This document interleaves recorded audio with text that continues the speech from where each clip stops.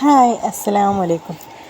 പിന്നെ നമ്മൾ ആരോടെങ്കിലൊക്കെ സംസാരിക്കുമ്പോൾ ചിലപ്പോൾ നമ്മൾക്ക് എന്താണോ സംസാരിക്കാൻ തോന്നുന്നത് അത് സംസാരിക്കില്ലേ. നമ്മൾ ചിലപ്പോൾ വായിൽ തോന്നിയതൊക്കെ കണ്ട് പറയും. പിന്നെ നമ്മളിങ്ങനെ ഇരുന്ന് വിഷമിക്കും, എന്തിനാ അങ്ങനെ പറയേണ്ടിയിരുന്നില്ല, അവർക്ക് വിഷമമായി കാണുമോ അങ്ങനെയൊക്കെ. അത് നമ്മുടെ ഉമ്മാനോടായാലും ശരി, അല്ലെങ്കിൽ നമ്മുടെ ഫ്രണ്ട്സിനോടായാലും ശരി, അല്ലെങ്കിൽ നമ്മൾ ചിലപ്പോൾ നമ്മളെ അയൽവാസികളോടായാലും ശരി. അപ്പോൾ നമ്മൾ എന്ത് സംസാരിക്കുമ്പോഴും നമ്മൾ ഒരു വാക്കുകൊണ്ട് നമുക്ക് ഒരാളെ മനസ്സ് വേദനിപ്പിക്കാനും അവരുടെ ആ ഒരു ദിവസം തന്നെ ഇല്ലാതാക്കാനും ഒക്കെ നമ്മുടെ ഒരു ചെറിയൊരു വാക്കുകൊണ്ട് നമുക്ക് പറ്റും.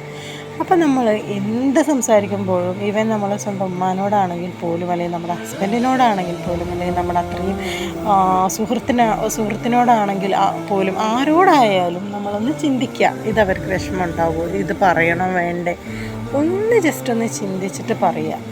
ഓക്കെ. കാരണം ഒരാൾ വേദനിക്കാൻ ഇടയാവരുത്. നമ്മളൊരിക്കലും ഒരാളെ വേദനിപ്പിക്കരുത്.